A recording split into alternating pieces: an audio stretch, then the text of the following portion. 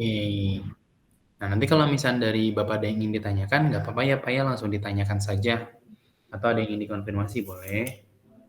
Iya, lanjut dah dulu. Ya.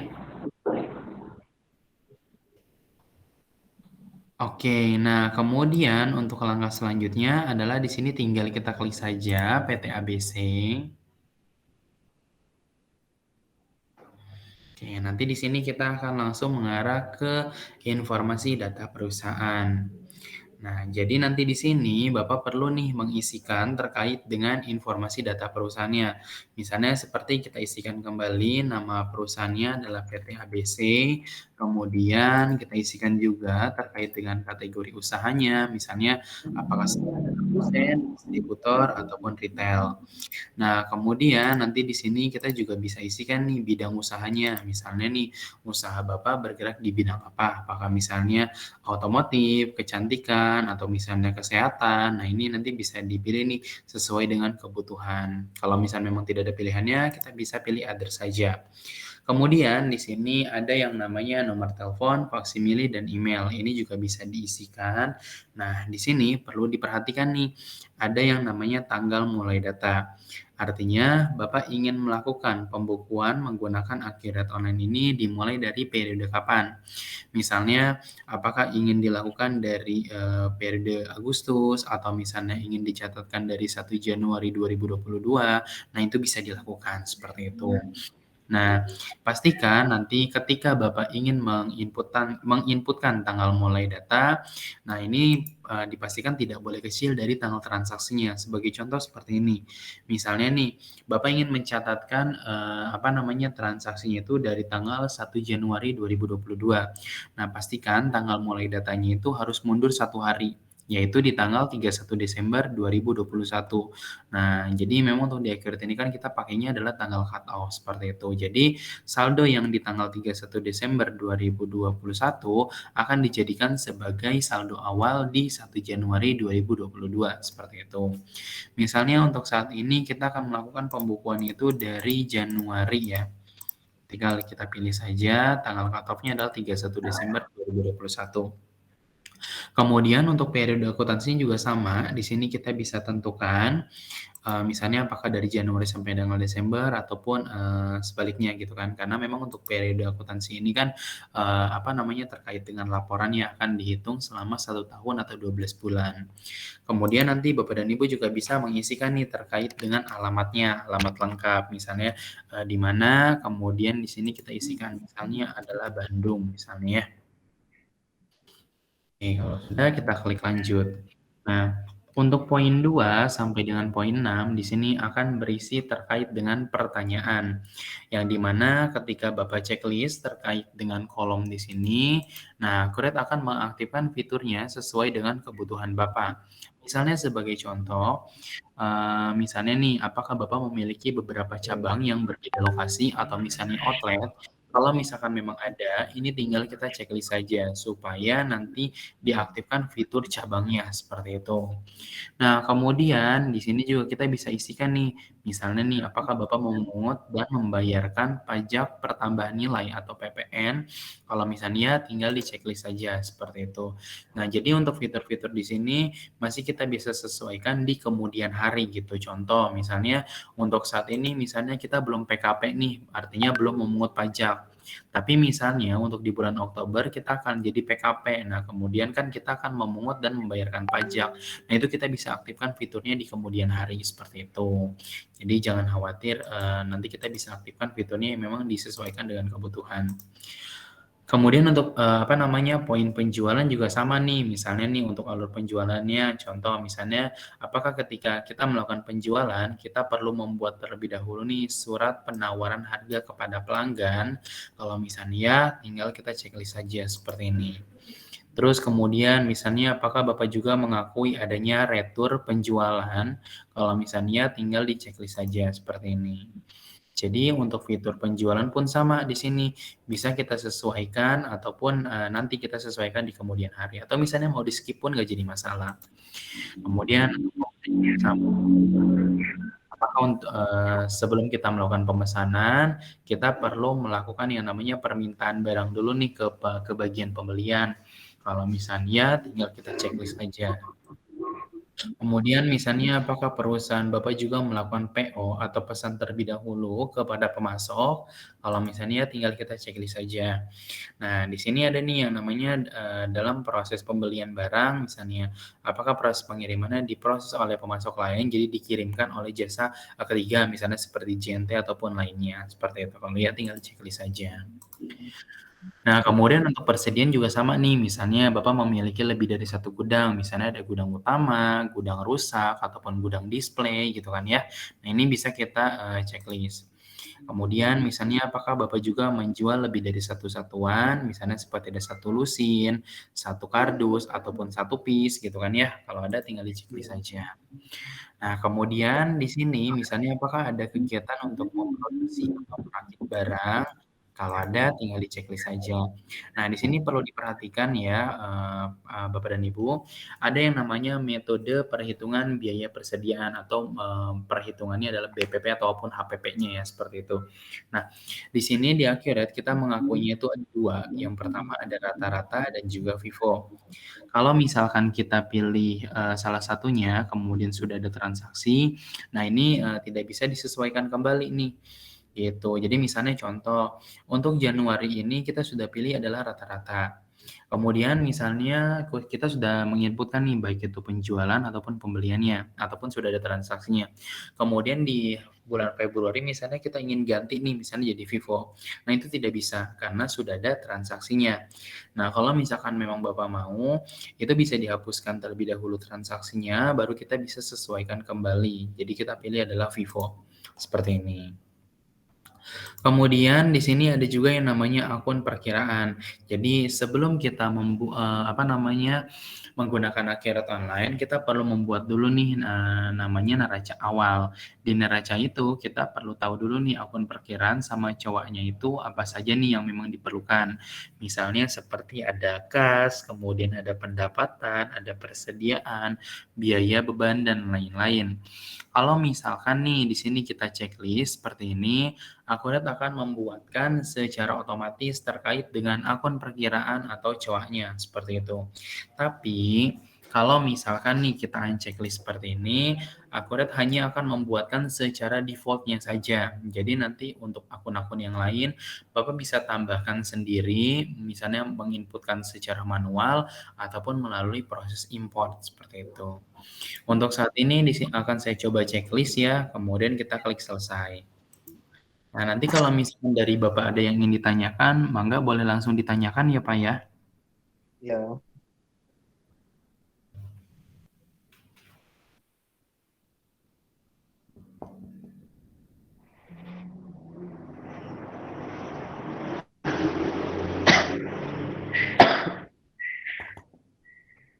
Oke, kita tunggu dulu. Sedang loading.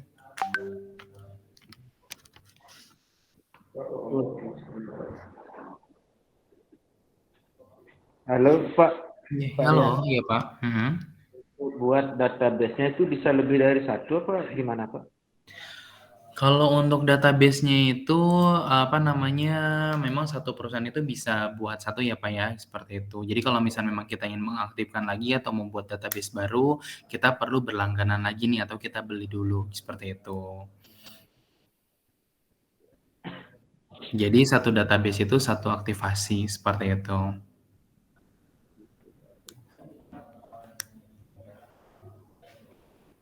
Cuman tadi udah sempet sih lihat di gini di YouTube itu Mhm.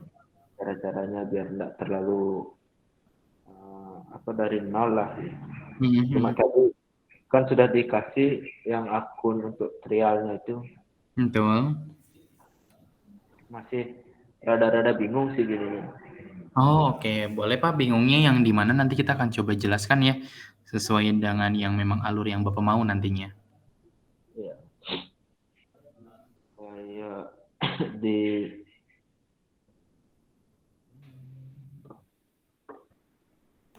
Oke, ntar kita tunggu sebentar ya Pak ya untuk ini.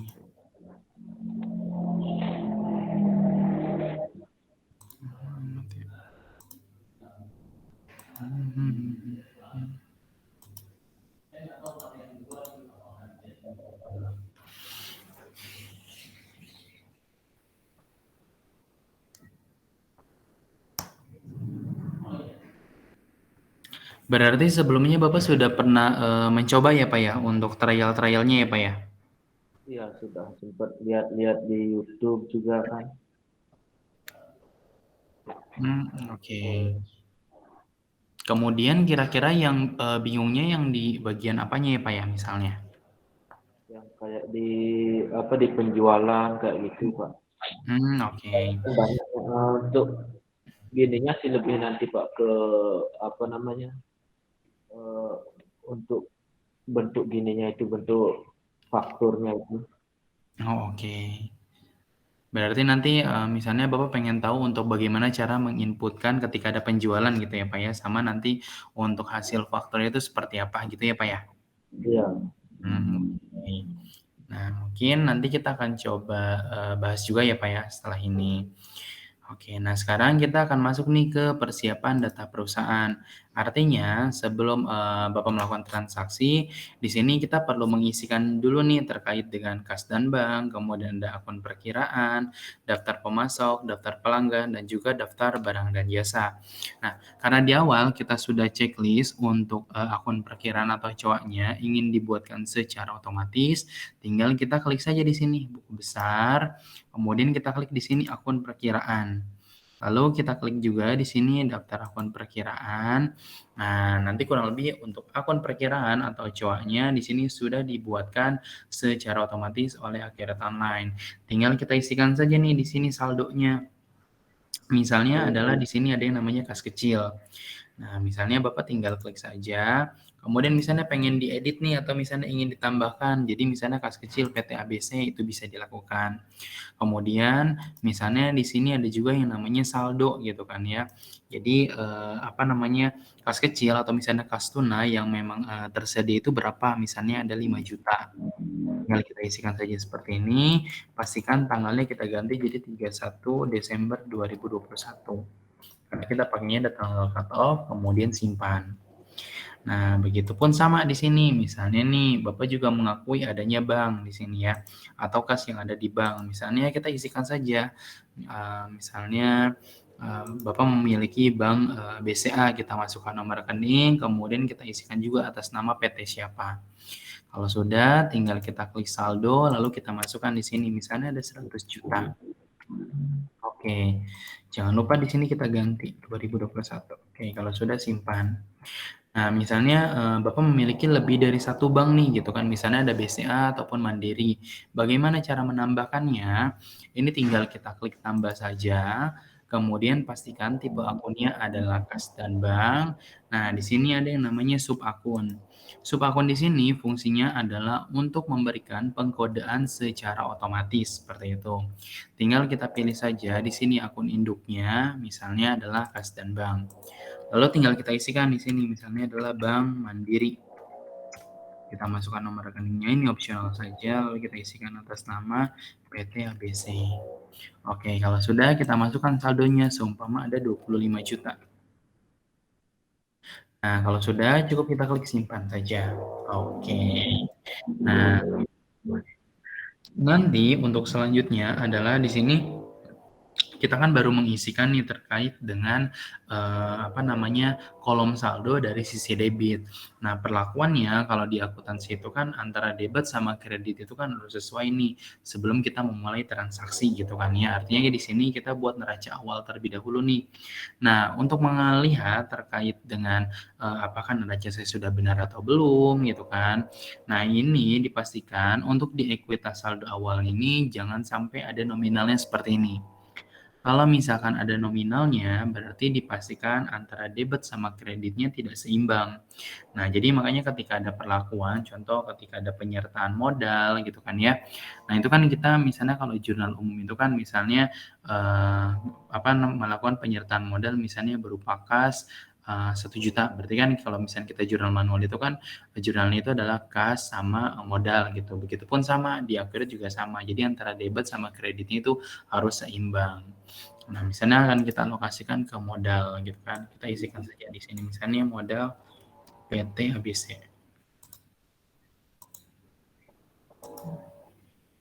Pastikan di sini kita isikan tanggalnya 31 Desember 2021, lalu kita masukkan nilainya adalah 130 juta. Kalau sudah simpan. Oke. Nah, nanti kalau misal memang sudah seperti ini, akun ekuitas saldo awalnya sudah nol gitu kan ya, dipastikan bahwa untuk neracanya ini, sudah oke gitu kan. Jadi antara debit sama kreditnya sudah seimbang, seperti itu ya. Nah, Hmm. kemudian kita lanjut lagi nih. Sekarang ada yang namanya pemasok. Jadi, pastikan ketika kita melakukan penjualan, kita juga nanti akan berhubungan dengan yang namanya pemasok. Nah, pemasok di sini bisa kita inputkan, apa namanya, informasi detailnya nih. Bisa kita inputkan secara manual ataupun kita bisa melakukan yang namanya itu proses import. Nah, proses import itu seperti apa? Jadi kita rekap terlebih dahulu nih melalui file Excel, kemudian yang pastinya di sini Accurate juga sudah menyediakan terkait dengan template-nya, jadi Bapak bisa download terlebih dahulu. Di sini kita klik, oke, tinggal kita buka saja. Nah, di sini nanti akan ada nih contoh pengisiannya dan juga ada penjelasan kolomnya.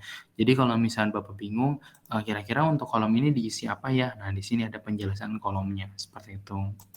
Kemudian untuk, cara pengisiannya pun sama di sini, sudah ada contohnya ya Bapak dan Ibu gitu, jadi kita bisa isikan. Ini sebagai ilustrasi saja, kita mulai dari kategori. Nah, kategori di sini difungsikan adalah untuk mengkategorikan terkait dengan pemasok tersebut tuh sebagai pemasok apa. Misalnya apakah sebagai pemasok umum, atau misalnya pemasok lokal, ataupun interlokal, seperti itu. Jadi kita bisa mengklasifikasikan terkait dengan pemasoknya. Tapi kalau misalnya memang kita tidak pakai, kita tinggal hapus saja seperti ini. Jadi selama, apa namanya, kolomnya itu statusnya tidak wajib, nah itu bisa kita, kosongkan ataupun kita delete, seperti itu.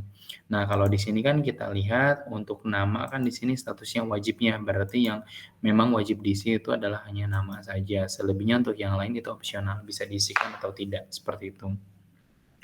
Kemudian untuk, kontak, nomor telepon, ataupun handphone ini juga bisa diisikan. Misalnya Bapak dan Ibu tidak mengakui ini adanya, faksimile email dan website, ini bisa dihapus saja, seperti itu. Lalu misalnya nih, untuk penjualannya, apakah misalnya nih, Bapak menggunakan nilai mata uang asing juga seperti US dollar atau misalnya yuan gitu kan ya, ini bisa kita atur nih. Tapi kalau misalnya memang menggunakan mata uang rupiah, tinggal kita isikan saja IDR. Kemudian nanti untuk saldo, per tanggalnya juga sama nih, kita bisa isikan dengan catatan ketika misalnya nih Bapak melakukan pembelian, kemudian secara tempo atau bersyarat, pasti kan akan timbul nih yang namanya itu hutang gitu kan. Nah, hutang tersebut kalau misalnya memang masih ada sisanya, itu bisa dijadikan sebagai saldo awal ketika kita ingin menginputkan dan, apa namanya, melakukan pembukaannya di Accurate Online, seperti itu. Tinggal kita isikan saja, misalnya contoh, kita masih memiliki, hutang nih ke pemasok yang memang belum lunas, ini kita bisa catatkan, misalnya seperti ini. Oke.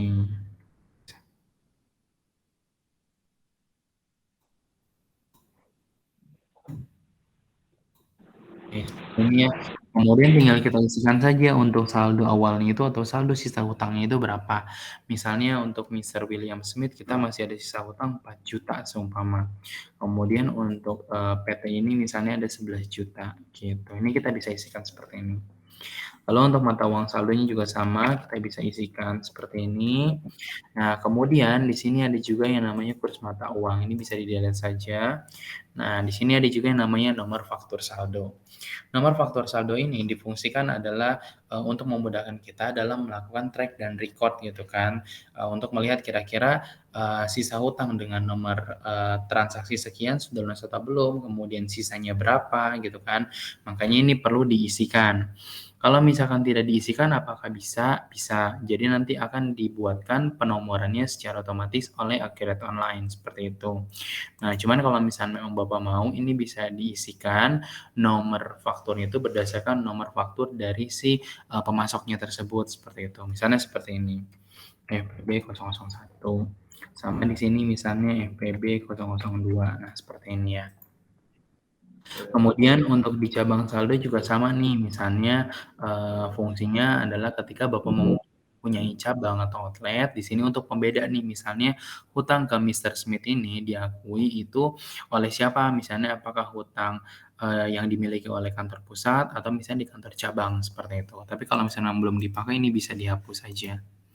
Kemudian untuk syarat bayar saldo juga sama nih di sini, misalnya berapa lama, contoh misalnya pakannya 30 hari gitu kan, ini bisa diisikan seperti ini. Lalu untuk, kolom karakter, kemudian, tanggal ataupun yang lainnya gitu kan, nah ini kalau misalnya memang tidak, dipakai, ini bisa kita hapus. Jadi kita bisa membuat secara sederhananya. Misalnya seperti ini untuk alamat pembayarannya, contoh di Jalan Perjuangan nomor, 5 gitu kan ya. Lalu kotanya kota di mana gitu kan ya, misalnya adalah Jakarta. Kemudian provinsi Jakarta, negara Indonesia. Nah, misalnya seperti ini ya. Lalu untuk, yang lainnya juga sama, jika memang tidak diperlukan ini bisa dihapus saja. Jadi kurang lebih kalau misalkan kita ingin sederhanakan ini bisa seperti ini. Gitu, caranya sangat mudah sekali ya. Kalau sudah tinggal kita klik simpan. Oke, nah untuk selanjutnya, bagaimana nih? Ini tinggal kita buka saja, apa namanya, impor pemasok, kemudian kita klik seperti ini, kemudian kita bisa klik, lalu klik unggah, klik lanjutkan. Nah, di sini ada muncul di konfirmasi impor data. Nah, jadi ketika database Bapak ini masih kosong, ini kita perlu lakukan checklist supaya nanti datanya akan diupdate seperti itu. Kalau sudah, kita klik lanjut saja. Jadi di sini kita sedang melakukan yang namanya itu impor data. Nah, di sini kan datanya sudah berhasil ya, seperti itu. Tinggal kita klik tutup saja. Nanti kalau misalkan nih Bapak ingin melihat daftar pemasoknya itu di mana, ini bisa dilihat di pembelian, kemudian pemasok. Nah, lalu kita tinggal klik saja daftar pemasok. Nah, kurang lebih nanti akan seperti ini. Jadi sudah tampil, gitu. Nah, sekarang di sini kita akan coba nih masukkan yang namanya itu pelanggan gitu kan ya. Nah, pelanggan di sini misalnya akan kita simulasikan membuat secara manual. Bagaimana? Tinggal kita klik saja di sini buat pelanggan. Sama nih untuk kategorinya juga sama. Misalnya pelanggan tersebut itu kita kategorikan sebagai pelanggan umum, pelanggan member ataupun yang lainnya seperti itu bisa kita tentukan. Nah, atau misalnya ketika kita kosongkan pun nggak jadi masalah juga, tapi pastikan untuk bintang yang berwarna merah ini itu wajib diisi, seperti itu. Tinggal kita isikan saja, misalnya nama pelanggannya adalah CV Abadi Jaya. Nah, lalu nanti Bapak bisa mengisikan nih terkait dengan informasi, detailnya ya dari perusahaan dari pelanggan, sorry. Misalnya seperti nomor handphone, nomor WhatsApp, kemudian di sini kita bisa isikan alamat penagihannya, misalnya di Jalan Serang Raya Jakarta, nomor 9 misalnya ya, seperti ini. Lalu tinggal kita isikan misalnya ada di mana, misalnya di Surabaya, Jawa Timur, sama di Indonesia, seperti itu. Nah, kita juga isikan nih, apakah misalnya untuk alamat pengirimannya sama seperti alamat penagihan, kalau misalnya memang berbeda, ini bisa kita tambahkan di sini. Lalu kita juga bisa atur nih terkait dengan, menambahkan kontak PIC-nya, kemudian kita bisa atur syarat pembayaran, ataupun misalnya kita bisa atur juga terkait dengan, apa namanya, tingkatan harganya gitu kan ya. Nah, lalu di sini kita juga bisa memasukkan nih apabila si pelanggan tersebut masih memiliki sisa piutang atau tagihan yang belum lunas nih, seperti itu. Ini caranya tinggal kita klik tambah, kemudian untuk nomor fakturnya juga sama, kita bisa tentukan, misalnya adalah FPJ 001. Lalu kita masukkan nominalnya berapa, seumpama 15 juta. Oke, kalau sudah lanjut, nah nanti ada yang namanya tab lain-lain. Tab lain-lain di sini artinya kita bisa melakukan pembatasan piutang pelanggan. Bisa berdasarkan umur fakturnya atau bisa berdasarkan limit kreditnya, seperti itu. Tapi di sini opsional saja mau diisikan atau tidak. Kalau sudah cukup kita klik simpan saja. Nah, untuk langkah selanjutnya di sini ada yang namanya barang dan jasa. Mungkin kalau saya boleh tahu Pak, untuk, barang ataupun jasa yang Bapak jual, itu seperti apa ya Pak ya? Nanti kita akan coba simulasikan sesuai dengan, jenis unit usaha Bapak, seperti itu. Oh iya. Untuk ininya sih alat kesehatan ya. Mhm. Oh, alat Alat kesehatan. Ya. Misalnya seperti kayak stetoskop gitu ya, Pak, ya? Atau lebih ke Kita obat-obatan ya? ya ke BHP sih lebihnya. Apa, Pak? Ke BHP Punten? kayak gininya tabung ungu kayak gitu. Oh, misalnya kayak tabung oksigen gitu ya, Pak, ya? Enggak, tabung DL-nya itu kayak port urin steril, handscone kayak gitu. Oh, oke. Berarti kita akuinya misalnya kita contohkan itu adalah tabung DL gitu ya, Pak, ya? Iya. Oke. Nanti di sini kita akan coba simulasikan. Nah, jadi nanti di sini kita akan coba pilih nih barang dan jasanya. Kita akan coba buat manual. Nah, di sini ada yang namanya kategori barang.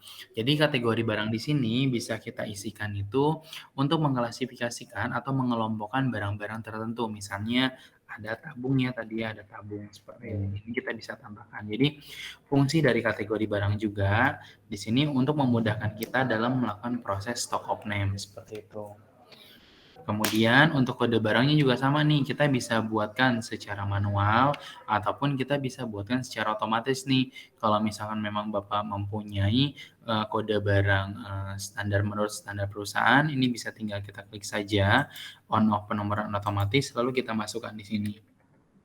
Kode barangnya misalnya seperti ini. Tapi kalau misalnya memang tidak ingin ribet, berarti kita tinggal klik saja on off penomoran otomatis sampai muncul barang dan jasa. Lalu kita isikan, misalnya adalah tabung EDTA. apa Pak? Punten? EDTA. A? Apa Pak? Punten? EDTA. DDTA gini apa ya? Di depannya E. E. Oh EDTA gitu ya Pak ya? Ya. Gini? Ya. Oke. Biasanya kalau misalkan untuk satuan Bapak jual tabung EDTA ini dalam satuan apa ya Pak ya? Misalnya apakah dalam satuan piece, unit, atau per tabung? Per box dia gitu. Oh, per box ya. Oke. Ini kita bisa isikan seperti ini. Apakah menjual juga dalam satuan piece Pak misalnya? Enggak sih, enggak.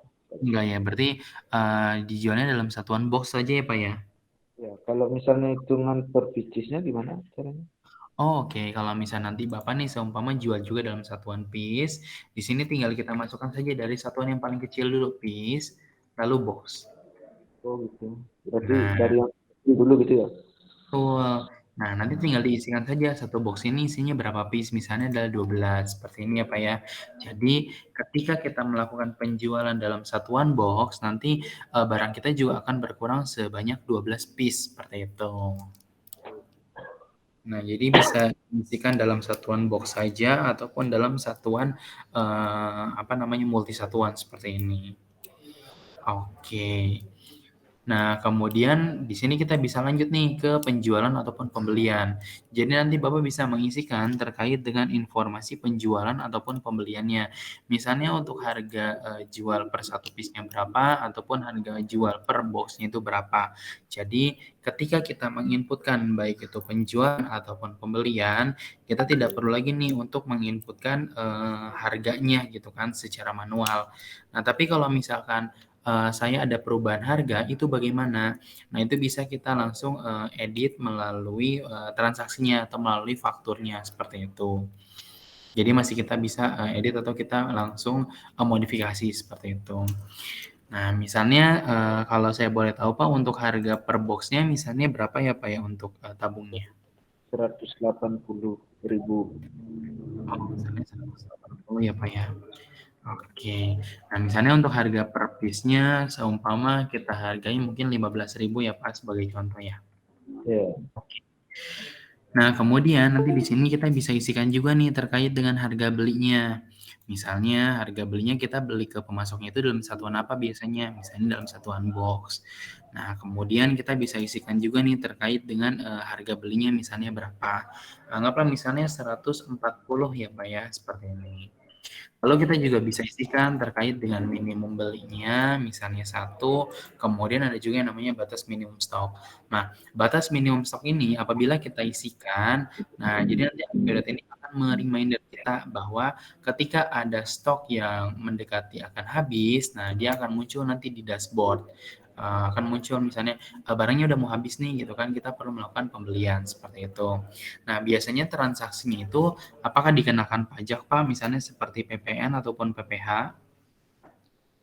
Biasanya sih PPN aja. Biasanya PPN ya, Pak, ya? Ya.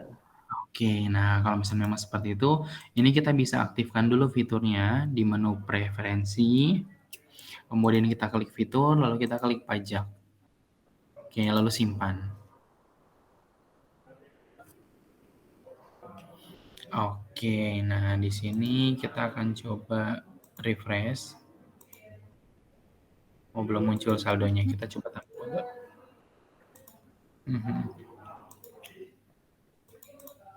Kita coba hapus saja, kita buat lagi dari tabung misalnya. Kita buat lagi. Kemudian misalnya tabung EDTA. Misalnya per piece sama per box. Misalnya adalah 12. Isikan harga 15. Sama di sini kita bisa isikan 180.000 seumpama. Lalu di sini kita juga bisa mengisikan terkait dengan informasi pembeliannya, harga belinya misalnya. Oke, kemudian di sini bisa kita isikan juga minimum belinya, misalnya 1, batas minimum juga 1. Nah, lalu di sini tinggal kita isikan saja pajaknya. Pajak pertambahan nilai besarannya adalah 11%. Nah, kemudian di sini ada juga nih yang namanya saldo. Saldo di sini fungsinya adalah ketika misalnya nih Bapak masih memiliki sebelum kita menggunakan agen online kan kita perlu ngecek dulu nih di gudang gitu kan, di stok misalnya apakah masih ada atau tidak gitu kan. Kalau misalnya memang masih ada, ingin kita akui sebagai persediaan awal, nah ini kita bisa tambahkan nih di kolom saldo, kemudian kita klik tambah seperti itu. Tapi kalau misalnya memang kosong, ini bisa kita kosongkan saja seperti ini. Misalnya anggaplah masih ada nih ternyata, misalnya ada 2 box gitu kan, tinggal kita isikan saja seperti ini, kemudian kita masukkan satuannya box, nah kita isikan nih biaya satuannya berapa. Misalnya adalah 140.000. Jadi biaya satuan di sini adalah yang kita masukkan adalah harga belinya atau harga perolehannya, seperti itu. Lanjut. Oke, kemudian di lain-lain di sini kita juga bisa mengisikan terkait dengan deskripsi ataupun catatannya. Lalu di sini kita juga bisa atur terkait dengan akunnya. Nah, di sini juga kita bisa menambahkan gambar. Kalau sudah, simpan. Untuk Oke. gininya Pak, untuk PPN-nya bisa kan Pak? Soalnya kan Kenapa, Pak? 11 yang PPN-nya. Hmm. Soalnya kan yang dari Januari itu kan masih 10% ya. Mhm. Berarti bisa disesuaikan ya gini Oh, PPN. bisa Pak, bisa. Nanti Bapak bisa sesuaikan di sini ya Pak ya. Misalnya nih kayak tadi Bapak ingin mencatatkan dari bulan Januari sampai ke Maret karena kan di April itu kan dia sudah PPN-nya 11% ya. Nanti ini bisa diaturnya di sini ya Pak ya. Di menu perusahaan, kemudian kita klik pajak, langsung kita klik di sini daftar pajak. Nah, di sini tinggal diklik saja PPN-nya. Lalu kita ganti dulu nominalnya, misalnya jadi 10 gitu kan, lalu simpan. Gitu. Nanti kalau misalnya memang kita sudah menginputkan transaksi dari Januari sampai dengan Maret, nah kemudian ingin diinputkan di April, nah itu juga bisa dilakukan dengan cara tinggal kita ganti saja persentase jadi 11%. Gitu. Iya. Oke. Kira-kira untuk penginputan barang dan jasa dari Bapak ada yang ingin ditanyakan? Enggak sih, kan seperti biasa sih kayak yang di YouTube sih gini udah gini. Oke. Berarti mungkin kita akan coba simulasikan dulu ya Pak ya dari pembeliannya dulu ya. Ya. Dari alur pembeliannya. Misalnya nih kalau saya boleh tahu ketika Bapak ingin melakukan pembelian ke pemasok, misalnya mau beli barang tabung EDTA ini, misalnya alurnya seperti apa Pak? Apakah misalnya dipesan terlebih dahulu, kemudian misalnya nih apakah ada uang muka atau seperti apa? Kalau untuk pembelian sih pakai PO aja sih Pak. Mhm. PO nanti setelah dari pemasok ngeluarin faktur baru kita bayar gitu sih. Oke. Berarti kalau misalnya memang seperti itu, tinggal kita langsung aja nih ke pembelian, kemudian kita klik pesanan pembelian. Nah, nanti di sini tinggal kita isikan saja ya Pak ya, kita akan melakukan pemesanannya kemana, atau kita sedang melakukan PO. Tinggal kita klik saja pemasok umum, kemudian misalnya nih kita sedang melakukan PO di tanggal 1 nih, 1 Agustus gitu kan ya. Lalu kita juga di sini tinggal isikan saja jenis barang yang akan kita beli, misalnya adalah tabung EDTA. Nah, di sini kan harganya sudah tampil otomatis ya Pak ya. Kalau misalnya kita ingin edit, tinggal kita hapus saja, kemudian kita ganti misalnya adalah 120.000 gitu kan. Ini bisa kita edit atau kita sesuaikan. Lalu misalnya kita belinya itu kuantitinya berapa, misalnya kita beli tabungnya ini misalnya adalah 100 gitu kan ya, seperti ini. Kalau sudah lanjut. Oke. Nah, nanti kan di sini ada yang namanya subtotalnya 12 juta, kemudian ditambah PPN 11%, sehingga untuk totalnya adalah 13 juta sekian. Nah, tapi kalau misalkan nih contoh di dalam 12 juta ini sudah termasuk pajaknya, tinggal kita checklist aja sih di sini. Nah, jadi dia PPN-nya kan sudah tampil juga seperti ini, lalu yang hanya kita bayar adalah 12 juta. Jadi di dalam 12 juta itu sudah termasuk pajaknya, seperti itu. Tapi kalau misalnya ketika kita melakukan pembelian, kita ditambahkan lagi nih 11%, berarti yang di-checklist hanyalah kena pajaknya saja. Jadi kita bayar, subtotal ditambah PPN sama dengan sekian, seperti itu. Nah, Oh, lalu berarti cetak kenapa, Pak? cetak ini Gimana, Pak? Punten, suaranya putus-putus ya? untuk cetak gininya, print Mhm, PO-nya nih. mhm. Gimana caranya? Oh. Oh, oke, baik. Nah, nanti kalau misal memang, Bapak ingin cetak ya tinggal kita klik cetak saja, kemudian cetak seperti ini. Nah, nanti kurang lebih kan seperti ini ya, Pak, ya, untuk, desainnya. Entar sebentar Ya. kita akan coba buka dulu. Sedang loading. Nah, jadi, perlu saya informasikan juga untuk di setiap transaksi ataupun fitur yang ada di Akhirat Online, itu sudah disediakan juga ya, Pak, ya, untuk, desain cetakannya. Jadi untuk desain cetakan di sini masih Bapak bisa modifikasi atau Bapak, bisa tambahkan nih atau bisa edit seperti itu. Misalnya kita coba refresh dulu.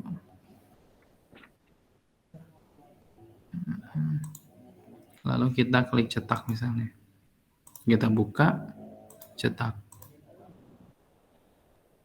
Nah, nanti kurang lebih seperti ini ya, Pak, ya, untuk, apa namanya, PO-nya gitu, atau pesanan pembeliannya. Jadi di sini ada nama perusahaannya, kemudian, ada nama pemasok dan juga alamatnya, jenis barang yang dipesan gitu kan, kuantitinya berapa, sehingga ada totalnya juga berapa, seperti itu. Ya, Nah, ya. kurang lebih seperti ini ya, Pak, ya, untuk, tampilannya. Tinggal cetak aja di sini. Oke. Nah, perlu saya informasikan juga ketika kita melakukan yang namanya pesanan pembelian, di sini, baik itu barang ataupun jurnal, dia belum terbentuk ya, Pak, ya, karena di sini kita baru melakukan yang namanya pesanan saja, seperti itu. Jadi belum mengakui adanya barang ataupun jurnal yang terbentuk. Nah, barang atau jurnal nanti yang akan terbentuk itu ketika kita sudah melakukan yang namanya penerimaan barang atau kita langsung melakukan yang namanya pembuatan faktur pembelian. Nah, biasanya kalau misalkan kita langsung dari pesanan pembelian, kita bisa langsung ke penerimaan atau bisa langsung juga dari faktur pembelian, seperti itu. Ini opsional saja. Gitu. Caranya bagaimana? Tinggal kita, misalnya setelah kita pesan, misalnya kan barang dikirim ya, Pak, ya. Nanti Bapak bisa akui dulu nih di, penerimaan barang dulu, artinya kan kita mencatatkan surat jalannya.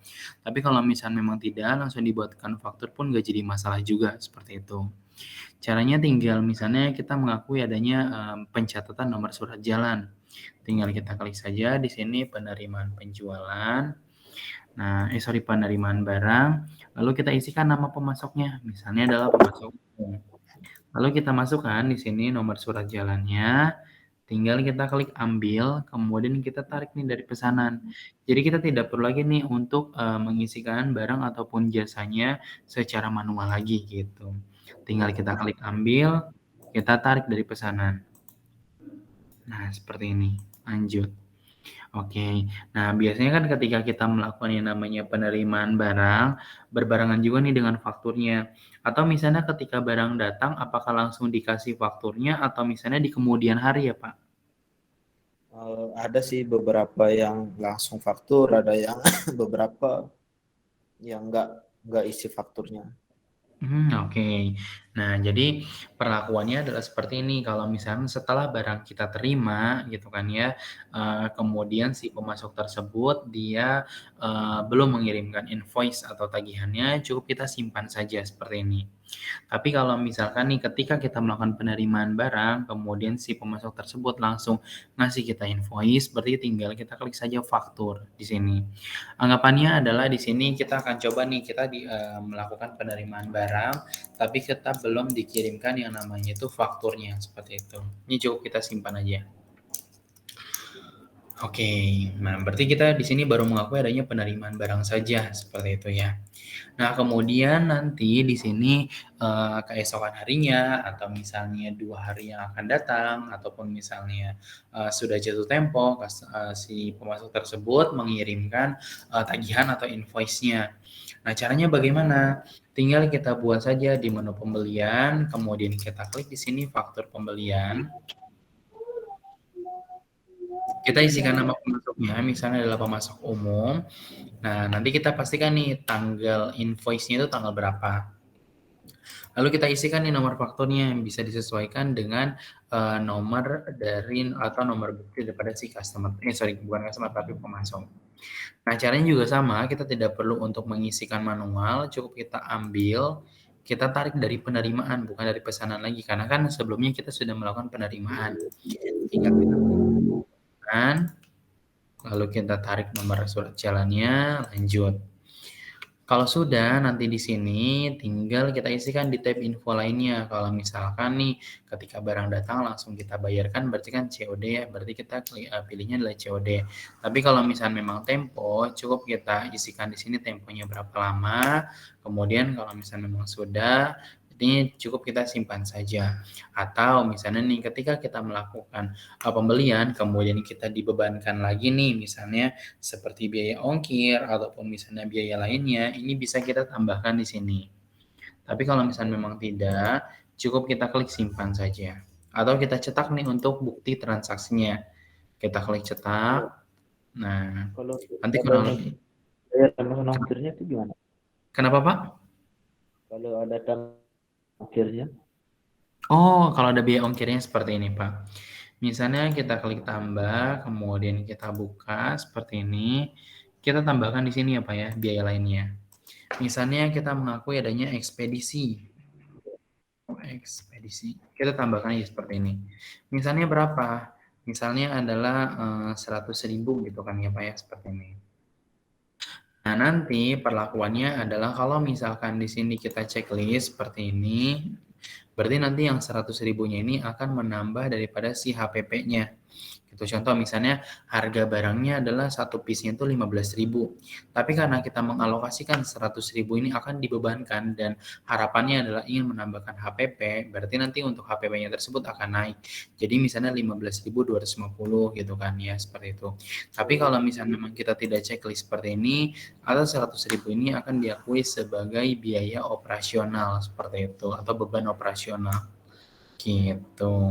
Kalau sudah lanjut, nah, nanti kurang lebih kan seperti ini ya Pak ya. Ada subtotal, total biaya, ada PPN, dan juga total di sini. Kalau sudah, cukup kita simpan saja dengan catatan kita tidak melakukan pembayaran. Tapi kalau misalnya memang kita melakukan pembayaran, kita klik proses, kemudian kita klik pembayaran, seperti itu. Untuk saat ini misalnya kita akan coba simpan dulu, seperti itu. Oke. Nah, kemudian misalnya nih, 2 hari atau misalnya 3 hari kita mau nyicil dulu nih atau misalnya kita ingin melakukan pelunasan. Bagaimana caranya? Ini bisa dilakukan di menu pembelian, kemudian kita klik di sini pembayaran pembelian. Nah, nanti tinggal kita isikan saja. Misalnya pembayarannya kemana? Contoh ke pemasok umum. Lalu kita bisa pilih bank di sini, misalnya kita ingin melakukan pembayarannya menggunakan apa? Apakah misalnya tunai atau misalnya transfer nih? Kalau transfer menggunakan saldo apa? Misalnya adalah Bank Mandiri. Lalu pastikan metode bayarnya adalah transfer bank. Kalau sudah, tinggal kita klik ambil. Kita akan tampilnya nomor fakturnya, kemudian kita klik lanjut. Lalu di sini tinggal kita klik hitung nilai pembayaran. Dengan catatan, kalau misalnya kita melakukan pembayaran itu secara lunas, tinggal kita klik saja hitung nilai pembayaran. Tapi kalau misalnya kita bayar secara parsial atau misalnya nyicil, cukup kita masukkan saja nominalnya seperti ini, lalu tinggal kita klik saja distribusi nilai pembayaran. Oke, sudah cukup kita klik simpan atau misalnya kita cetak bukti pembayarannya.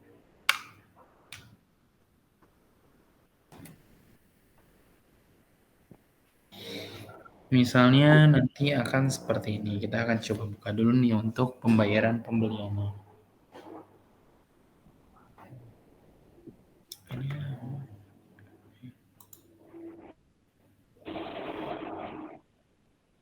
Kita akan coba pembayaran pembelian. Cetak. Nah, jadi nanti kurang lebih akan seperti ini ya Pak ya untuk tampilannya. Jadi total fakturnya berapa, yang baru dibayar adalah 5 juta. Seperti itu. Kalau sudah tutup. Ya. Seperti ini. Untuk tampilannya tadi. Oke. Kira-kira kalau untuk pembelian dari Bapak ada yang ingin ditanyakan atau misalnya ingin dikonfirmasi boleh? Untuk sementara sudah sih dari pembelian. Oh, sementara masih aman ya Pak ya. Mungkin kita akan coba lanjut ke penjualan. Kalau saya boleh tahu untuk alur penjualan Bapak seperti apa ya Pak ya? Mungkin boleh diceritakan. Ada sih beberapa rekanan yang mengirim PO ke kita, ada kebanyakan sih kita langsung buat faktur penjualannya sih. Oke.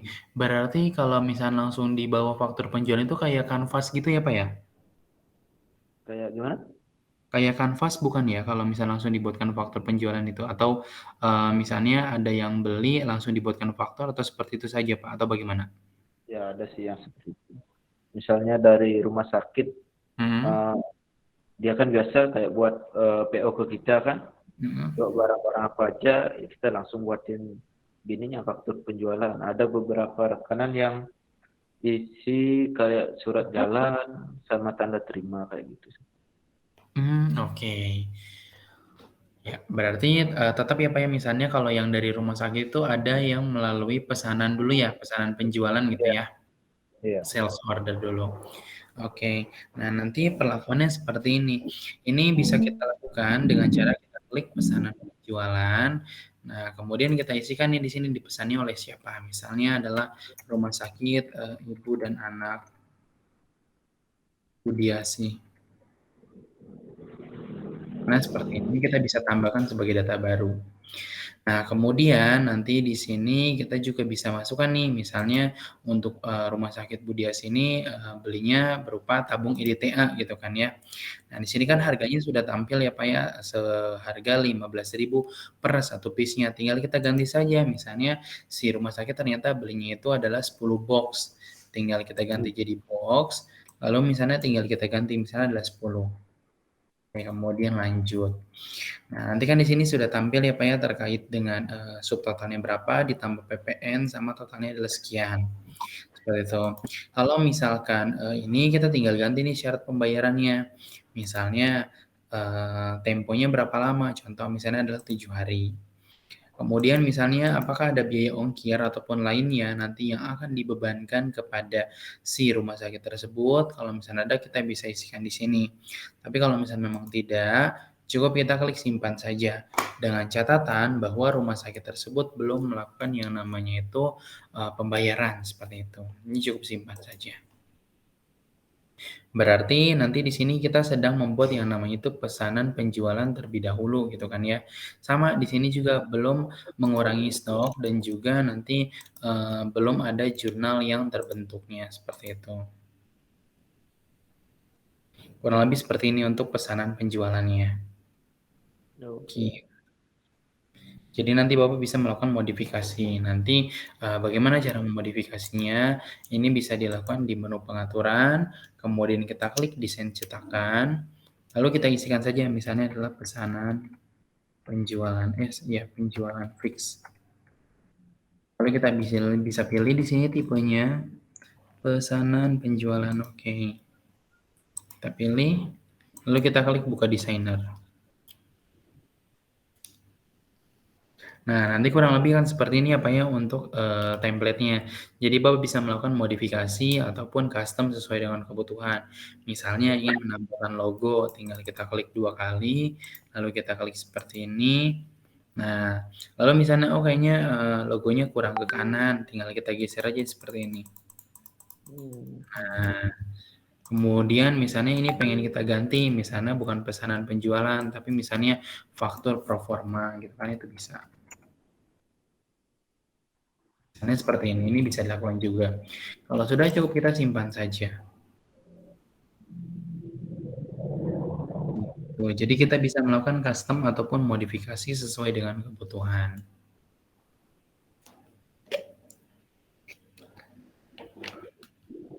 Oke, nah di sini kan sudah berhasil ya. Kemudian tinggal kita buka saja pesanan penjualannya, lalu kita cetak menggunakan template yang sudah kita modifikasi.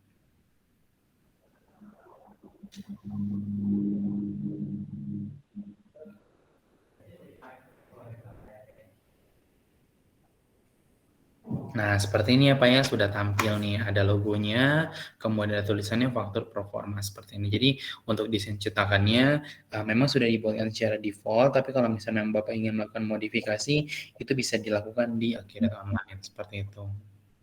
Oke, kalau sudah tutup.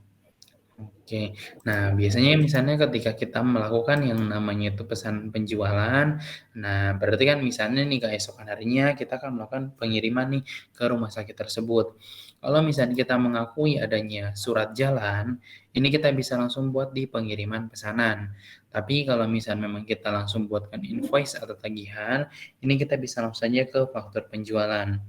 Nah, misalnya Bapak mengakui nih adanya pembuatan surat jalan dulu atau nomor DO-nya. Kalau ya, tinggal kita klik saja, klik pengiriman. Kemudian kita bisa isikan di sini misalnya kita pilih rumah sakit ibu dan anak. Lalu nanti Bapak tinggal klik ambil saja, klik di sini dari pesanan. Tarik. Nah, kemudian klik search order-nya lanjut. Nah, tadi kalau misalkan setelah kita melakukan pengiriman tidak disertai dengan faktur, cukup kita simpan. Tapi kalau misalkan memang ketika kita melakukan pengiriman langsung dengan faktur yang diterbitkan atau yang langsung dibuatkan, tinggal kita proses saja ke faktur. Kita klik di sini. Kita selanjutnya akan buat invoice-nya gitu kan ya. Nah, pastikan di sini tinggal kita isikan saja nama barangnya, sudah tampil, lalu untuk syarat pembayaran juga sudah oke. Lalu misalnya apakah ada biaya yang memang dibebankan kepada rumah sakit tersebut, seperti biaya ekspedisi, kalau iya tinggal kita isikan saja di sini. Next. Nah, misalnya dikenakan sebesar 75.000. Kalau sudah lanjut, nah kemudian nanti tinggal kita cetak aja di sini. Nah, berarti kita belum melakukan yang namanya itu transaksi pembayaran gitu kan atau penerimaan. Nanti kurang lebih seperti ini, ada rinciannya. Ada kode barang, ada jenis biaya gitu kan ya, sehingga totalnya itu ada berapa, seperti itu.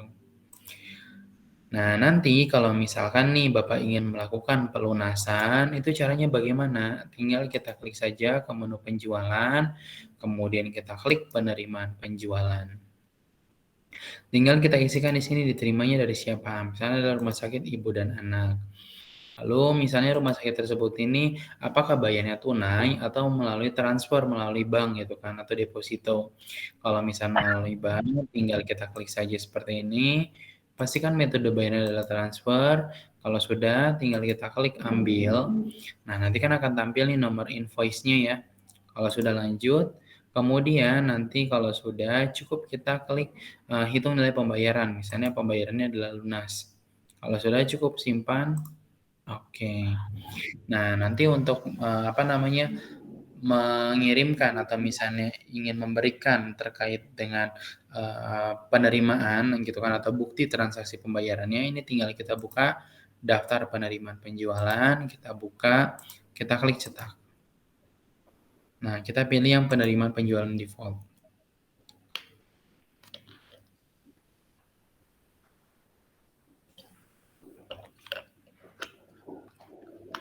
Nah, nanti di sini kita akan buka nih terkait dengan faktor penjualannya.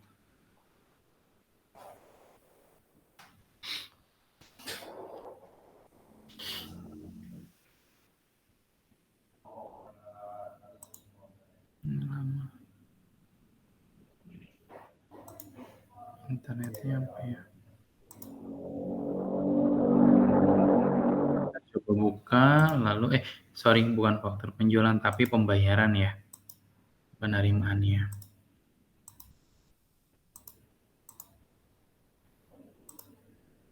Nah, nanti kurang lebih kan seperti ini. Gitu, tanda terima pembayarannya kurang lebih seperti ini untuk kwitansinya, seperti itu. Ini nanti bisa kita cetak ataupun kita bisa email kepada ke pelanggan, seperti itu. Oke. Nah, kira-kira untuk penjualan dari Bapak atau tim ada yang ingin ditanyakan, boleh? Untuk rubah gininya ya. Bisa. Jadi nanti Bapak tetap bisa dilakukan di sini Pak ya, di menu pengaturan, kemudian klik desain cetakan. Nah, nanti misalnya Bapak ingin edit juga nih yang namanya adalah faktur penjualan seperti ini. Misalnya adalah fix gitu kan ya. Kalau sudah kita pilih di sini faktur penjualan. Nah, nanti ukuran kertasnya Bapak bisa pilih nih, misalnya menggunakan A4, ukuran POS atau misalnya ukuran A5. Tapi kalau misalkan memang nanti di sini ingin kita ganti ukuran kertasnya aja, kita tinggal buka aja di sini, buka desainer. Nah, nanti di sini tinggal kita isikan aja. Bapak menggunakan ukuran kertasnya ukuran berapa? Letter, legal, A3, A4, A5 ataupun lainnya seperti ini. Ini bisa kita tentukan. Sama di sini juga misalnya ingin menambahkan logo perusahaan. Nah, kalau sudah kita klik simpan saja. Oh iya. Gitu. Jadi kita bisa modif nih terkait dengan faktur apa tuh namanya itu? Faktur penjualannya seperti itu. Oke, kita akan coba buka. Kita menggunakan yang terbaru ya. Fix ya. Nah, kurang lebih seperti ini. Dari Bapak mungkin atau tim ada yang mau ditanyakan untuk penjualannya? Untuk penjualannya tuh bisa nggak gini ya kan misalnya dari RSUD pesen antigen misalnya 150 box tapi kita baru bisa ngirim 25 box, bisa nggak, ada nggak gininya kayak pengingatnya gitu? Ada. Jadi misalnya pesannya anggaplah misalnya 50, tapi kita baru ada stok barangnya 25, jadi yang dikirim 25 dulu gitu ya Pak ya? Iya. Bisa. Nah, nanti ini bisa dilakukan di sini, misalnya penjualan, kemudian kita klik pesanan penjualan. Nah, misalnya dari CV Abadi Jaya, lalu kita misalnya masukkan, misalnya adalah tabung. Nah, misalnya si customer itu belinya adalah 50 piece. Oke, pastikan nanti di sini jangan 50 piece tapi 50 box. Oke, lanjut. Nah, nanti kalau misalnya memang sudah, di sini kita pastikan TOP-nya berapa lama, kemudian kita klik simpan saja. Nah, jadi misalnya keesokan harinya baru yang akan kita kirim itu adalah 25 gitu kan ya. Berarti kita klik di sini pengiriman pesanan, kemudian kita pilih di sini CV Abadi Jayanya, kita klik ambil. Kita dari pesanan. Nah, kemudian nanti kita klik SO-nya. Seperti ini. Nah, di sini kan baru 50 ya. Kita klik aja di sini 25. 25. Oke. Nah, jadi di sini kita baru melakukan pengiriman sebanyak 25. Cukup simpan aja. Nah, nanti seperti yang tadi Bapak bilang, kalau misalnya kita mau lihat pengiriman yang masih ngegantung atau ada yang belum dikirim itu di mana? Ini kita bisa coba lihat di daftar laporan. Nanti kita akan coba lihat di penjualan, lalu kita buka yang belum diproses. Pesanan per pelanggan belum diproses. Nah, nanti seperti ini ya Pak ya, dia akan tampil. Gitu. Nanti kira-kira yang belum diproses itu apa saja atau yang pengiriman. Terus, pengiriman belum diproses.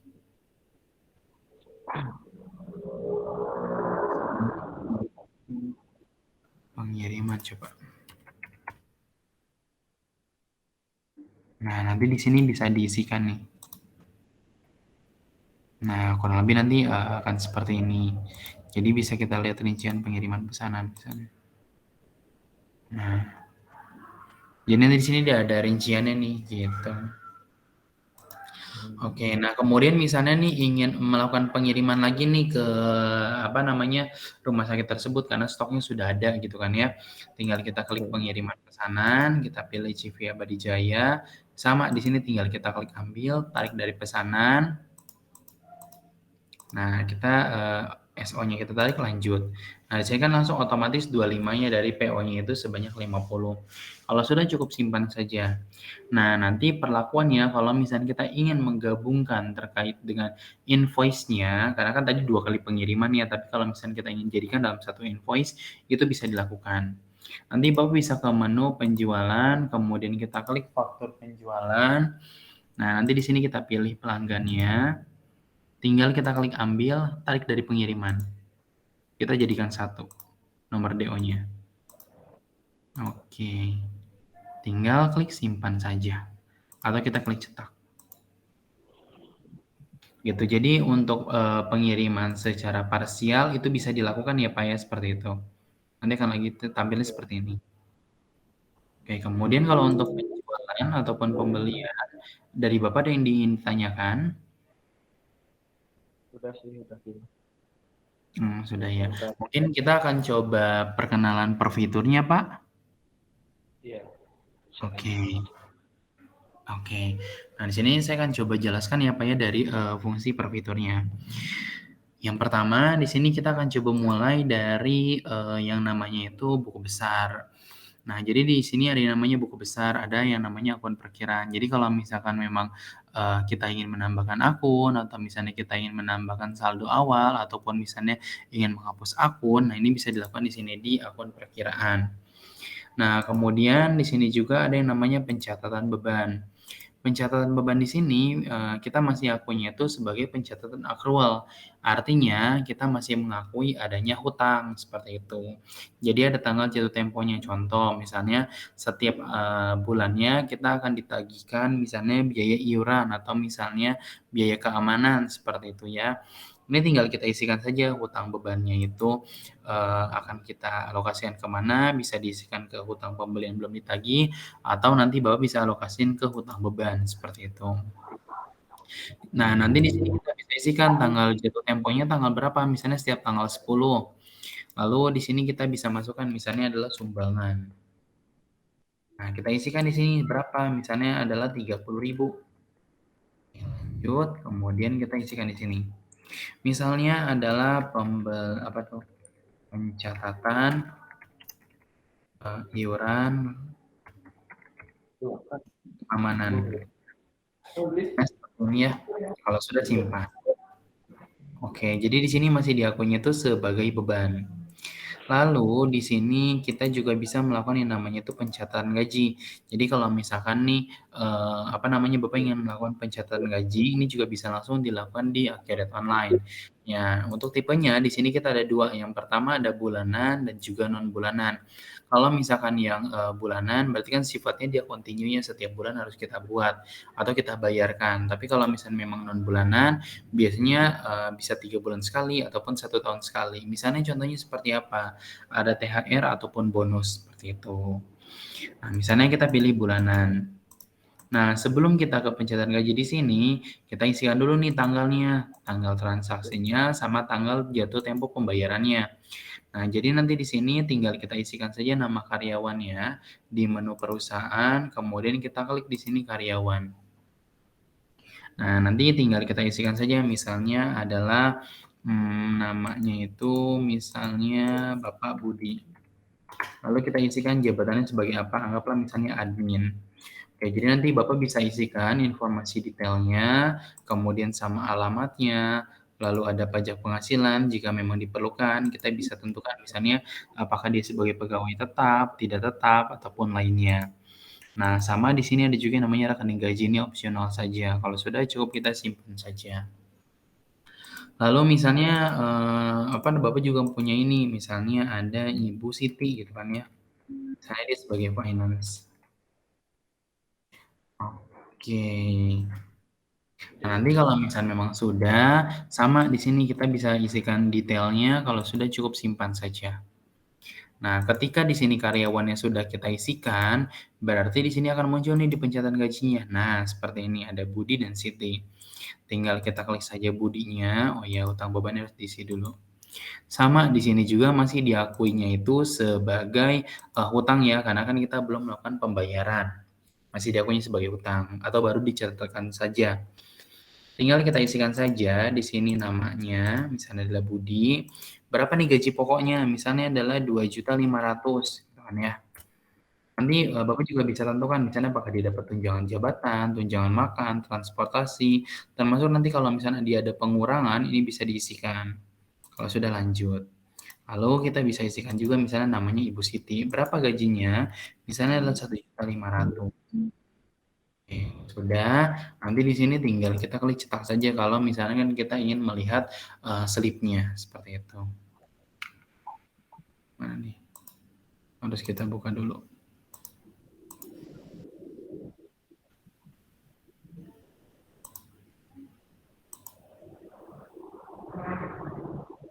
Oke, kita akan coba tutup dulu. Buka lagi nih.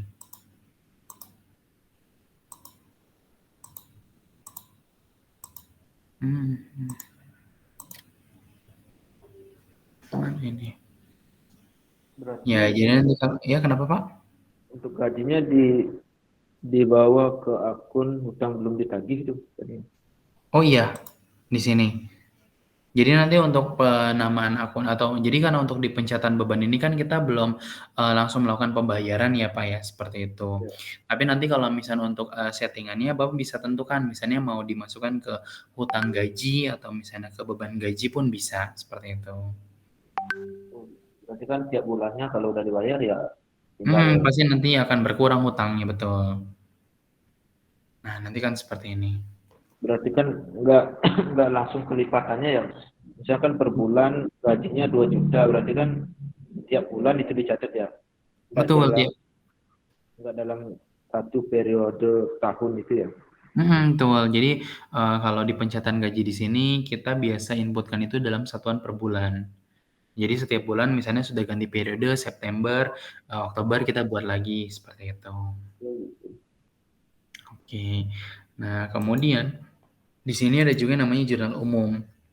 Nah, jadi jurnal umum di sini setiap transaksi baik itu misalnya penjualan, pembelian ataupun misalnya pembayaran gitu kan ya. Nah, di sini semuanya akan masuk juga nih ke dalam Akhirat Online seperti itu. Nah, jadi perlakuannya memang untuk di Akhirat Online ini, Bapak cukup masukkan saja transaksinya, jadi nanti Akhirat yang akan mengerjakan sisanya, seperti buat jurnal ataupun nanti berupa laporan akhirnya yaitu laporan keuangan seperti itu.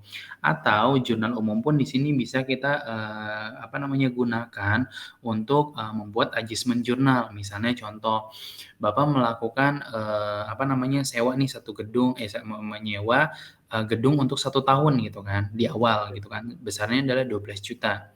Nah, kemudian nanti Bapak ingin melihat laporannya misalnya ingin mengakui bebannya itu per bulan gitu kan. Jadi per bulan itu misalnya ingin dikurangi gitu kan untuk si sewanya. Jadi ini bisa dibuat nih jurnalnya di sini, misalnya beban sewa pada sewa dibayar di muka.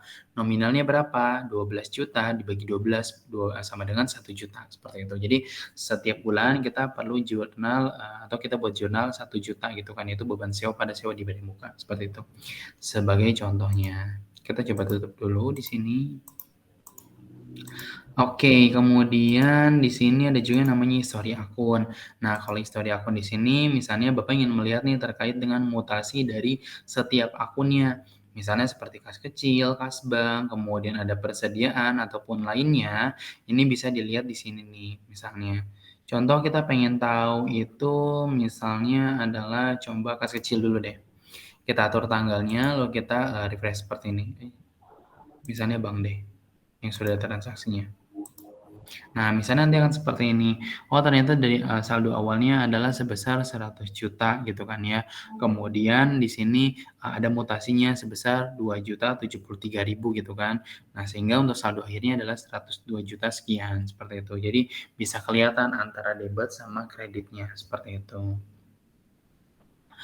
Nah, kemudian di sini ada juga yang namanya log aktivitas jurnal. Jadi, kalau misalkan semua jurnal yang sudah dibentuk ataupun yang sudah tersimpan, dia juga akan masuk di log aktivitas jurnal. Nah, di sini kita bisa tahu nih, misalnya diposting tanggal berapa, kemudian jam berapa, lalu oleh siapa, seperti itu. Nah, di sini dia akan masuk juga, gitu. Kemudian di sini ada juga yang namanya pembayaran nih, kas dan bank kemudian pembayaran. Jadi pembayaran di sini kita sudah mengakui nih adanya kas atau bank yang kita punya itu langsung berkurang. Misalnya sama seperti yang tadi kita ingin melakukan pembayaran beban ataupun kita ingin melakukan pembayaran gaji gitu kan. Nah, ini bisa dilakukan di sini. Caranya bagaimana? Coba kita pilih saja di sini kita ingin melakukan pembayaran itu menggunakan apa. Misalnya adalah bank. Misalnya kita ingin melakukan pembayaran gaji, kita tinggal klik ambil, lalu kita tarik pencatatan gaji. Nah, kita checklist seperti ini, lanjut. Kalau sudah, tinggal kita klik cetak saja. Kalau misalkan kita ingin cetak bukti transaksinya seperti itu. Nah, kurang lebih nanti akan seperti ini. Gitu. Nah, kemudian di sini ada juga yang namanya penerimaan. Nah, atau nanti untuk pembayaran di sini, Bapak juga bisa mencatatkan misalnya untuk pembelian ATK atau misalnya ingin melakukan pembelian lain-lain yang memang langsung diakui sebagai beban dan juga ingin diakui kas atau bank yang kita punya itu langsung berkurang. Nah, ini kita bisa catatkan di menu pembayaran. Kemudian di sini ada juga yang namanya penerimaan. Jadi penerimaan di sini biasanya dicatatkan itu untuk pencatatan penerimaan di luar dari penjualan ataupun operasional kita. Misalnya seperti apa? Ada bunga deposito, ada bunga bank, seperti itu. Misalnya saat ini kita akan coba catat pendapatan bunga deposito gitu kan ya. Tinggal kita tentukan saja tanggal-tanggal berapa, lalu kita bisa isikan juga nih misalnya di sini pendapatan deposito. Nah, tinggal kita masukkan saja nominalnya berapa. Seumpama adalah 1 juta. Sudah lanjut, kita juga bisa nih mengisikan catatan di sini. Misalnya adalah penerimaan bunga deposito. Nah, seperti ini ya. Kalau sudah cukup simpan saja. Jadi nanti ketika di laporan laba rugi, dia akan diakui sebagai pendapatan non operasional seperti itu. Kemudian di sini ada juga yang namanya transfer bank. Nah, kalau transfer bank di sini biasanya digunakan adalah kita ingin melakukan ngirim uang misalnya antar bank gitu kan, tapi masih dalam satu perusahaan itu bisa dilakukan. Misalnya kita ingin melakukan transfer dari bank BNI ke bank BCA gitu kan, itu bisa dilakukan. Misalnya seperti ini. Kita akan kirim dari Bank Mandiri misalnya adalah sebesar 1 juta. Kemudian akan kita transfer ke bank BCA. Nah, biasanya kan kalau beda bank ini kan akan dikenakan biaya ya. Tinggal kita isikan saja di sini. Biaya transfernya kita masukkan adalah biaya ADM. Lalu kita masukkan berapa nominalnya? 2.900 misalnya.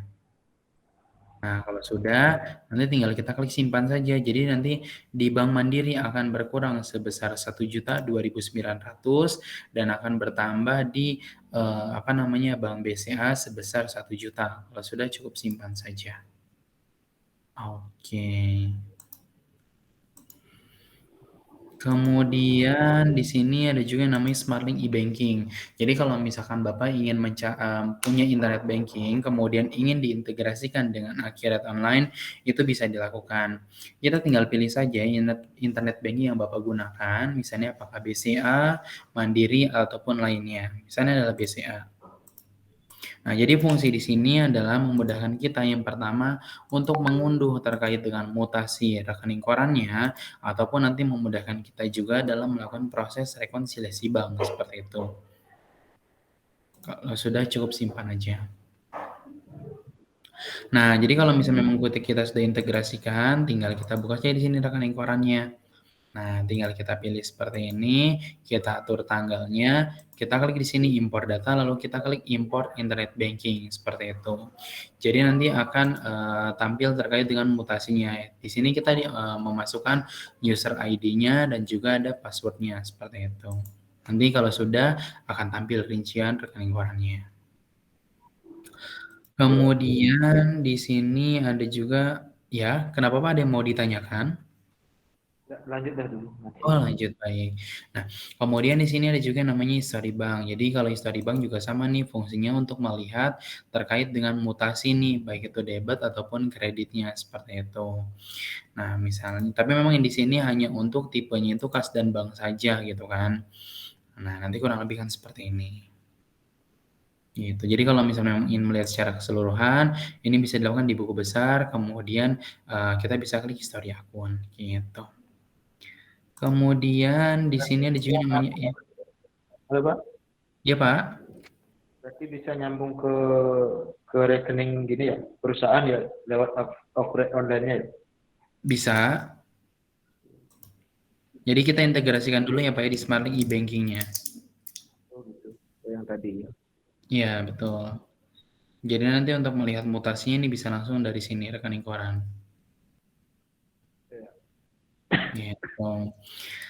Nah, kemudian di sini kita akan coba langsung nih ke rekonsiliasi bank. Jadi, fungsi rekonsiliasi bank di sini adalah untuk mencocokkan nih antara saldo menurut perusahaan dengan saldo menurut bank. Seperti itu. Jadi, tinggal kita isikan saja tanggalnya ataupun parameternya. Kalau sudah, nanti tinggal kita pilih saja. Misalnya kita ingin merekonsiliasi bank BCA dulu nih. Nanti akan seperti ini. Nah, jadi caranya juga sama. Di sini tinggal kita klik import saja, lalu kita klik import internet banking gitu kan. Jadi nanti di sini kita juga akan memasukkan user ID ataupun passwordnya. Jadi nanti tinggal kita membandingkan saja, misalnya seperti ini. Penerimaan penjualan dari rumah sakit ibu dan anak gitu kan ya, sebesar 2 juta sekian. Nah, nanti tinggal kita cek nih di mutasi rekening korannya, apakah ada, kalau misalnya ada tinggal kita klik checklist saja seperti itu. Jadi nanti supaya saldo antara sistem dengan saldo menurut bank itu sama. Gitu. Kemudian di sini ada juga namanya history virtual account. Jadi kalau misalkan nih Bapak melakukan penjualan, kemudian untuk pembayaran yang mengakui adanya pembayaran melalui virtual account, nah ini bisa kita isikan juga atau kita bisa melakukan yang namanya proses import. Bisa melalui virtual BCA ataupun UOB seperti itu. Oke, kemudian untuk penjualan, pembelian, persediaan, kita akan lanjut ke aset tetap. Nah, nanti kalau misal memang ada yang ingin ditanyakan, boleh ya Pak ya ditanyakan. Oke. Nah, sekarang di sini kita akan coba menginputkan bagaimana caranya untuk menginputkan aset tetap. Caranya adalah kita klik dulu kategori aset. Jadi di sini kita tentukan dulu nih kita punya aset apa saja atau kita bikin kategorinya apa. Misalnya ada bangunan. Jadi fungsinya juga sama di sini untuk mengelompokkan ataupun mengklasifikasikan kategori asetnya. Misalnya ada peralatan kantor juga. Peralatan. Nah, seperti ini ya. Kalau sudah simpan. Kalau sudah kita buat seperti ini, tinggal kita lanjut nih ke sini ke aset tetap. Tinggal kita isikan saja, misalnya Bapak punya laptop Toshiba. Misalnya dibelinya udah 1 tahun yang lalu gitu kan ya. Sama di sini juga kita isikan misalnya seperti ini. Nah, karena kan kaitannya dengan aset tetap ini kan ada yang namanya depresiasi ataupun penyusutannya. Nah, jadi depresiasi ataupun penyusutannya akan dihitung berdasarkan tanggal pakai. Untuk metode penyusutannya di sini kita bisa pilih menggunakan garis lurus, saldo menurun ataupun angka tahun. Ini bisa disesuaikan. Nah, lalu di sini kita tinggal isikan saja atau kita masukkan ke akun mana. Misalnya kita klik ke sebagai peralatan.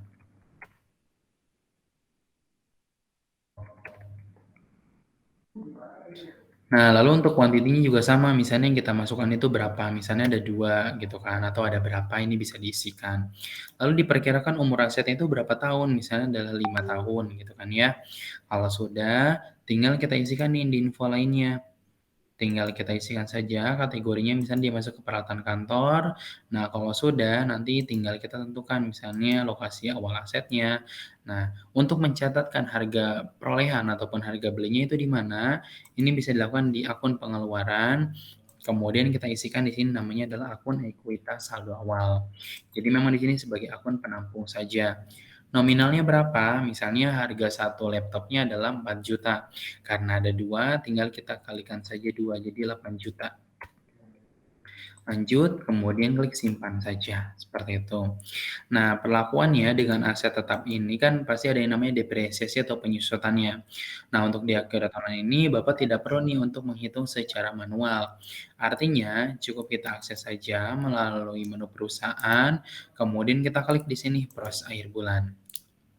Nah, kita pilih nih misalnya bulan Juli, kemudian simpan.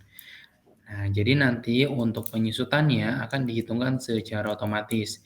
Tinggal kita buka daftar laporan, kemudian kita klik aset tetap, daftar aset tetap. Nah, di sini dia sudah dihitungkan ya Pak ya, penyusutannya otomatis. Jadi Bapak tidak perlu lagi nih untuk menghitungkan secara manual, karena repot ya kalau misalkan asetnya banyak, kita harus hitung satu per satu. Nah, di sini juga nanti menghindari adanya human error, seperti itu. Untuk gini Pak, kebetulan ini kan daftar aset tetap kan. Misalnya kita beli alat kesehatan untuk di lab kan, di PT apa gitu. Itu itu kan kita buat di faktur pembelian apa di aset tetap? Oh, oke. Nanti kalau misal memang seperti itu perlakuannya tetap dilakukan di pembelian ya Pak ya. Misalnya seperti ini. Kita ke pembelian, kemudian langsung ke faktur pembelian. Nah, nanti di sini tinggal kita isikan saja kemana nih, misalnya pemasok umum.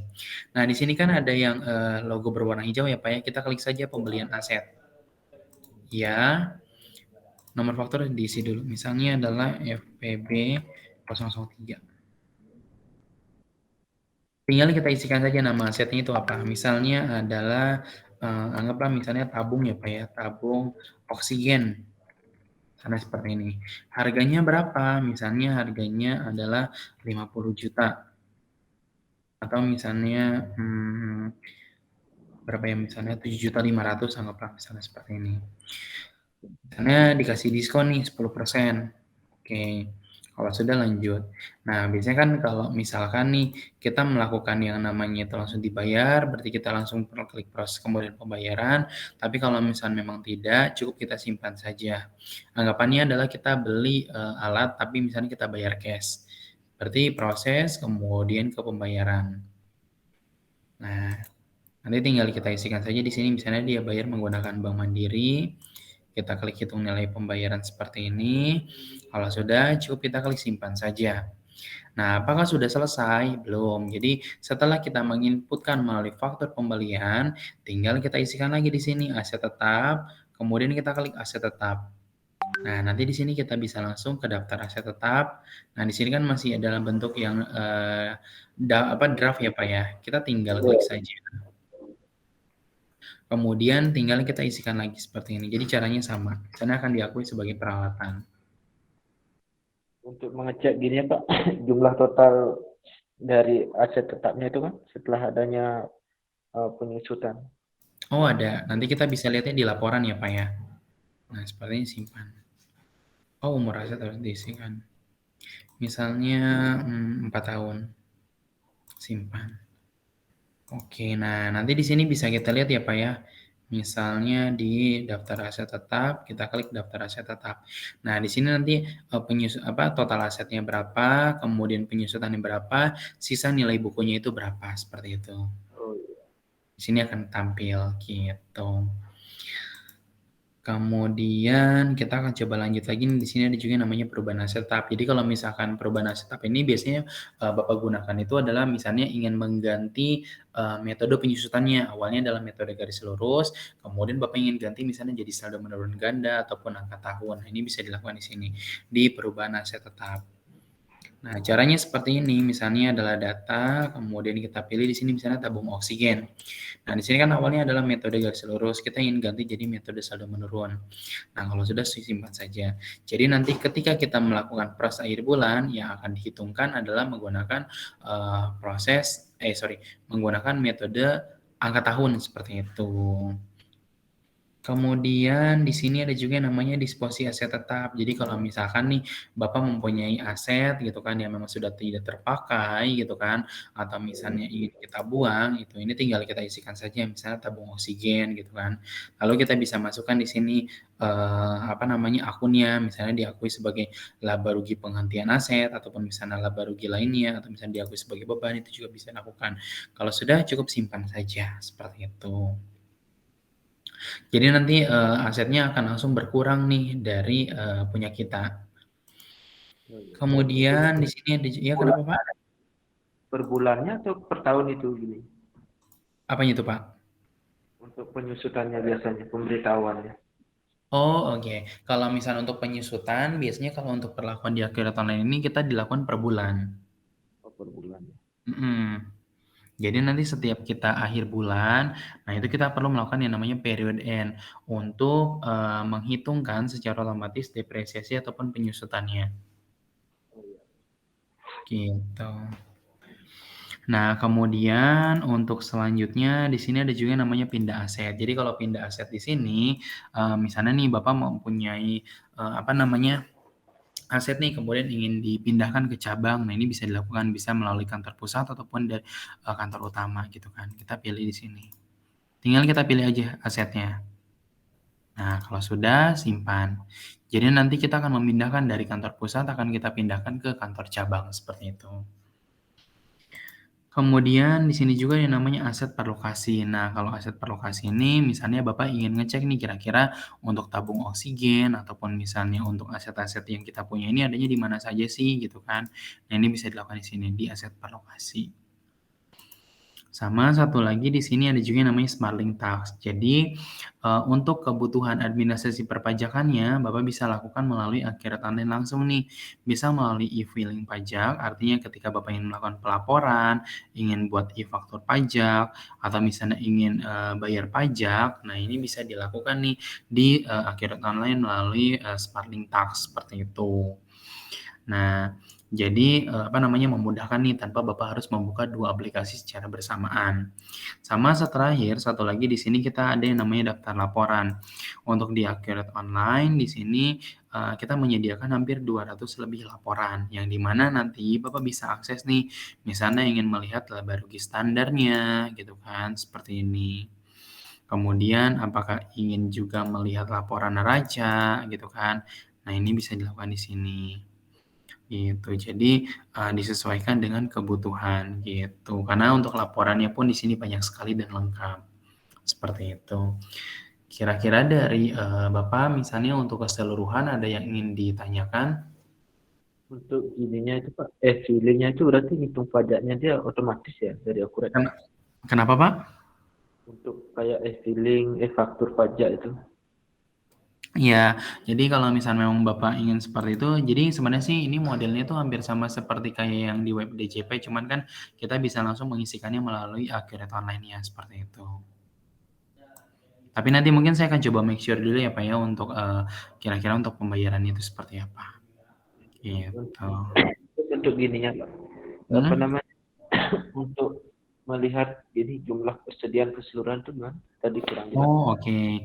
Untuk melihat laporan persediaan ya Pak ya. Nanti Bapak bisa lakukan di sini di daftar laporan, kemudian nanti kita klik di sini persediaan, nanti kita klik di sini ketersediaan stok penjualan. Nanti di sini tinggal kita pilih saja semua kategori, tampilkan. Nah, nanti akan seperti ini ya Pak ya stoknya. Gitu, jadi bisa kelihatan stoknya ada berapa, kemudian nanti dijualnya berapa, kemudian stok dapat dijualnya berapa, seperti itu. Ini bisa dilihat di sini ketersediaan stok penjual. Atau di daftar barang dan jasa pun juga bisa. Nah, seperti ini nanti akan tampil.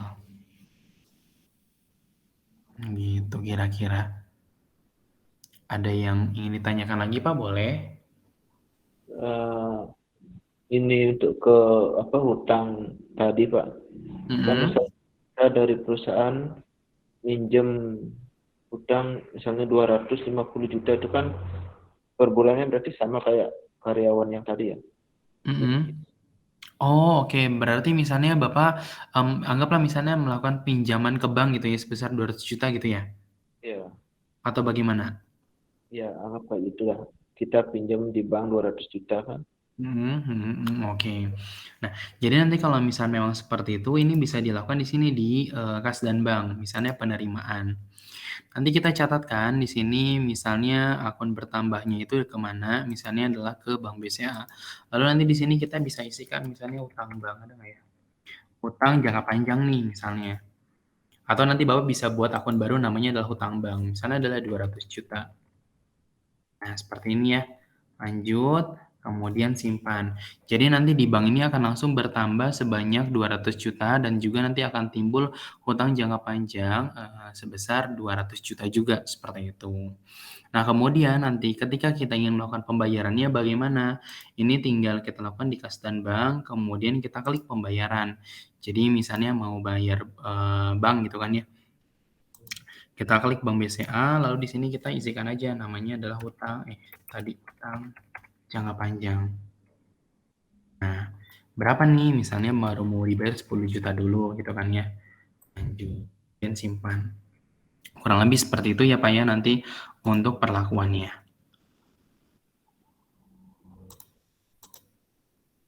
Oke, kemudian ada lagi Pak, boleh? Untuk gini bisa nggak Pak? Apa Pak? Dalam satu misalnya pembayaran itu kan ada kayak bayar admin bank itu kan biasanya kan banyak dia kayak admin kartu kayak gini itu jadi satu bisa nggak? Oh bisa, bisa Pak. Ini misalnya seperti ini ya, kita tuliskan aja hutang. Atau misalnya ADM gitu ya, atau anggaplah misalnya beban. Nah, misalnya ada beban iklan, misalnya berapa nih? Misalnya adalah 100.000. Kemudian misalnya ada komisi. Ini bisa langsung dijadikan beberapa. Misalnya 100.000 juga. Bisa, seperti ini.